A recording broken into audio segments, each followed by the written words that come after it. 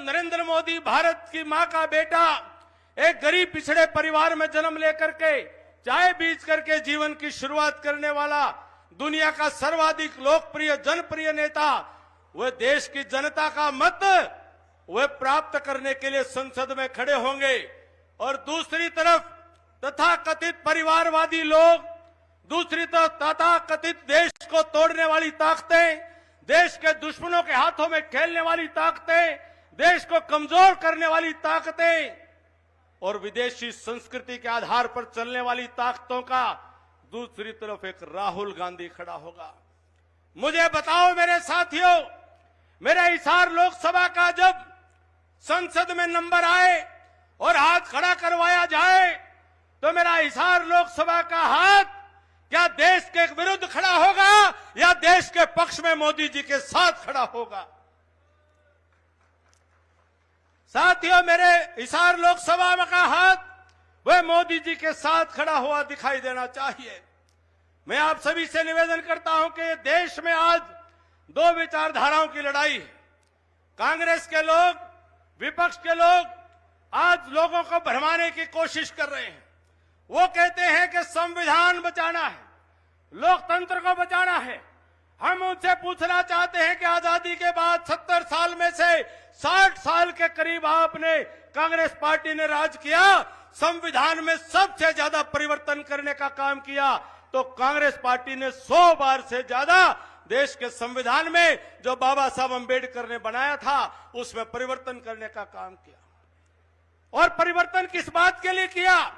उन्होंने परिवर्तन किया कि जब शाहबानो के केस में सर्वोच्च न्यायालय ने निर्णय दे दिया तो सर्वोच्च न्यायालय के निर्णय को बदल करके माता और बहनों के अधिकारों को छीनने का, संविधान में बदलाव करने का काम तत्कालीन प्रधानमंत्री राजीव गांधी ने किया था। संविधान का दुरुपयोग कांग्रेस पार्टी ने किया। इस देश में आजादी के बाद आज तक संविधान का दुरुपयोग करते हुए 90 बार हिंदुस्तान की चुनी हुई राज्य की विधानसभाओं की सरकारों को 90 बार, 10, 20, 30 बार नहीं, 90 बार संविधान का दुरुपयोग करते हुए कांग्रेस पार्टी ने बर्खास्त करने का काम किया। वो ताकत बीजेपी के पास भी आई, वो ताकत मोदी जी के पास भी आई। उस बीजेपी की सरकार चाहे वाजपेयी जी की रही, चाहे मोदी जी की रही, पूरा बहुमत होने के बाद भी जहां कांग्रेस ने 90 सरकारों को बर्खास्त किया था, मोदी जी ने और बीजेपी ने एक भी चुनी हुई सरकार को बर्खास्त करने का काम नहीं किया। बताओ, संविधान की लाज किसने रखी? मोदी जी ने रखी कि कांग्रेस पार्टी ने रखी? साथियों, ये कांग्रेस पार्टी संविधान की रक्षा करने की बात करती है, लोकतंत्र की रक्षा करने की बात करती है। इस देश के इतिहास में काला अध्याय 1975 के जून के महीने में कांग्रेस पार्टी की तत्कालीन प्रधानमंत्री स्वर्गीय श्रीमती इंदिरा गांधी जी ने सारे इंसानी हकूकों को समाप्त करते हुए इमरजेंसी लगाने का काम किया, आपातकाल लगाने का काम किया। जम्मू कश्मीर से लेकर के कन्याकुमारी तक भारत के समूचे विपक्ष को बिना कारण नजरबंद करके जेलों में ठूसने का काम किया। कई लाख लोगों को 19 महीने की जेल देने का काम बिना कारण के वह कांग्रेस पार्टी ने किया था। तब लोकतंत्र की दुहाई नहीं दी। देश के अखबारों को खबर छापने से रोक दिया गया। रात को अखबारों के संपादकों को, पत्रकारों को उठा करके जेल में डाल दिया जाता था। छपी हुई खबरों पर काली स्याही लगा करके और अखबार घरों में आया करते थे। तब देश के लोकतंत्र की परवाह कांग्रेस पार्टी को नहीं हुई।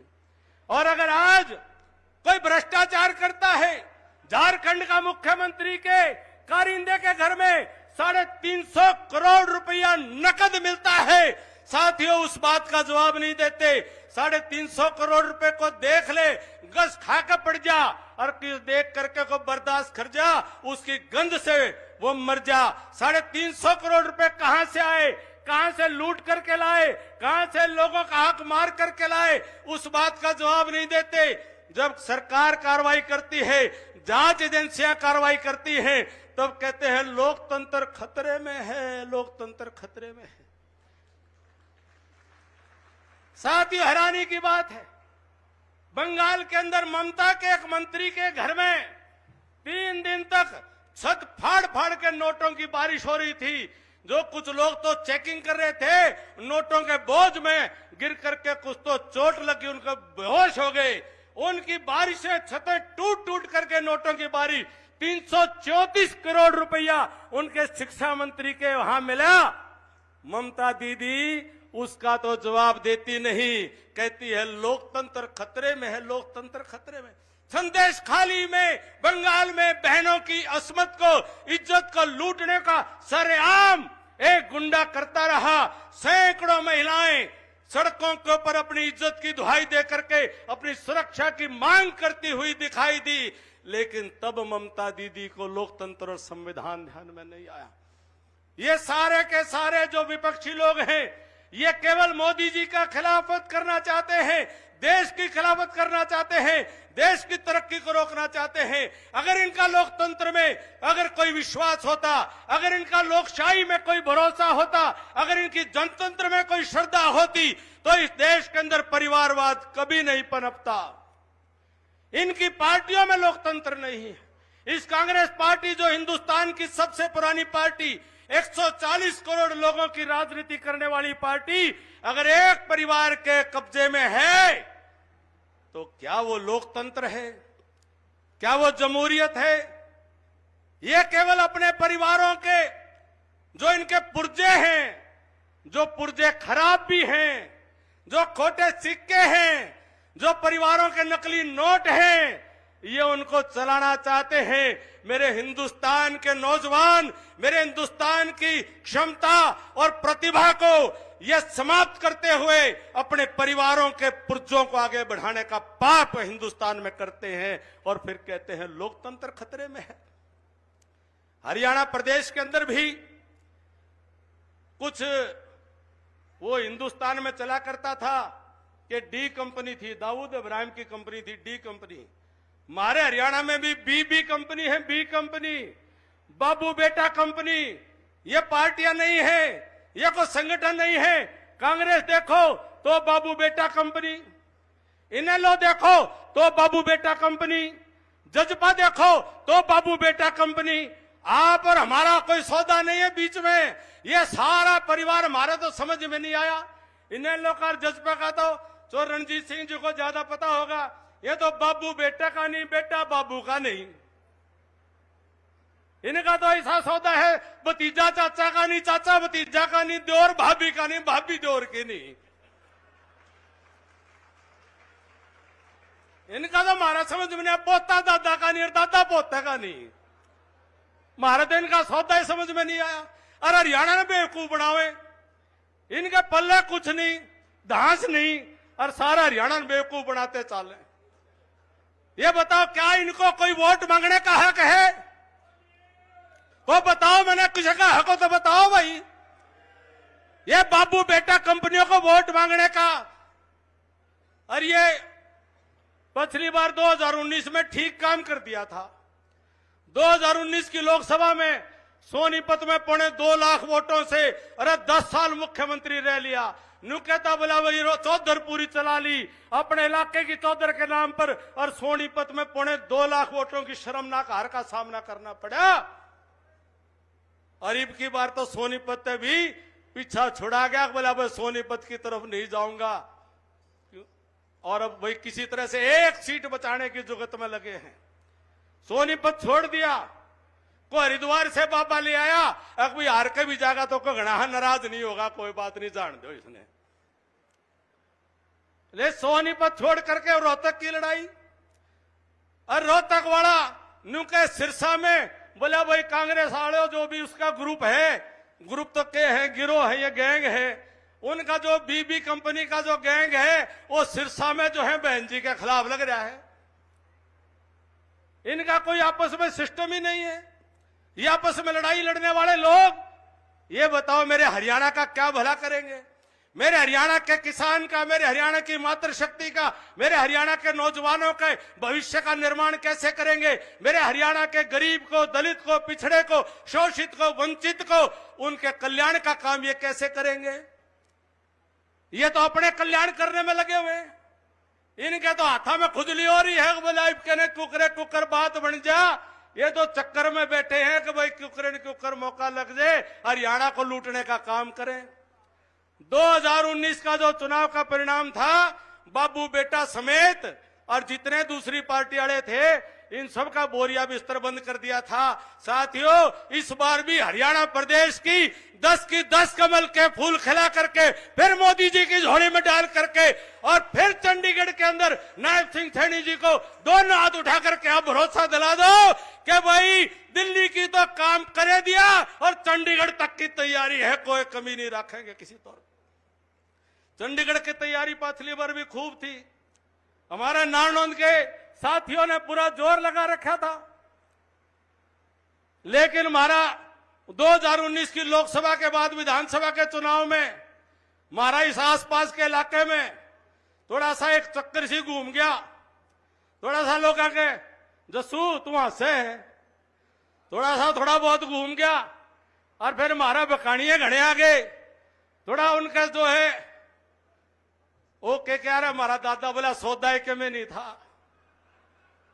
अरे सौदा तो के में नहीं था, लेकिन वो खोपर आया, खोपर के और के में बराती कराती आ गए, और हमारे नारनौंद में तो 24 ही घुमा के चले गए। घुमाई थी कि नहीं घुमाई थी? घुमाई थी कि नहीं घुमाई थी? ये वो चाबी घुमानी है। वो कौन सा गाना होया करता, बोला हम तुम एक कमरे में बंद हो जाए, चाबी खो जा, वो चाबी घुमानिया भी और सारे वोट लेनी है भी, वो कमरा हो लिया बंद, और ये चाबी गई घूमे। और ये तो जो कुछ है नायब सिंह जी के नेतृत्व में जोर तक है, बोला भारतीय जनता पार्टी जिंदाबाद। साथियों, अब सब मिलकर के, ये हरियाणा प्रदेश का आज तक का इतिहास है, जिसकी सरकार दिल्ली में बनती है। ये मई का महीना है, जून में परिणाम आ जाएगा, और जून में मोदी जी शपथ लेंगे, 400 पार के बहुमत के साथ शपथ लेंगे। और हरियाणा का इतिहास है, आज तक कभी हरियाणा के इतिहास में नहीं हुआ, जिसकी सरकार दिल्ली में है उसे की सरकार चंडीगढ़ में बैठा करती है। मोदी जी को बना लो, मोदी जी को जिता लो, और अपना भविष्य भी सुरक्षित कर लो। ये आपको भरोसा देते हुए साथियों, मैं एक एक साथी से निवेदन करूंगा कि 25 मई की शाम तक आप सब कमल के फूल के सिपाही बनकर के, मोदी जी के सिपाही बनकर के, चौधरी रणजीत सिंह जी हमारे प्रत्याशी, हमारे उम्मीदवार हैं, बहुत अनुभवी नेता हैं, बहुत अनुभवी व्यक्ति हैं, बड़े सज्जन व्यक्ति हैं, बड़े अच्छे स्वभाव वाले व्यक्ति हैं। चौधरी रणजीत सिंह जी को आप अधिक से अधिक वोटों से जिताने का काम करें, और तुलना करके देख लेना। मैं उस दूसरे उम्मीदवार के बारे में ज्यादा कहना नहीं चाह रहा था, लेकिन एक बार दोनों की फोटो देख करके देख लेना, उससे तो आज भी ये घने जवान लागे हैं, कुछ भी बात हो, उससे तो आज भी मजबूत लागे हैं, और उसके पल्ले कुछ नहीं है। वो तो निरा के है, मेरा मुंह तो ना कहो, के है, और जयप्रकाश का जेपी का के आख रहे हैं।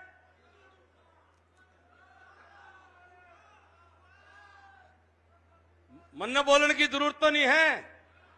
अब फिर बकाई में आओगे, अब फिर वो सुए लाओगे, फिर सुए के चक्कर में पड़ोगे।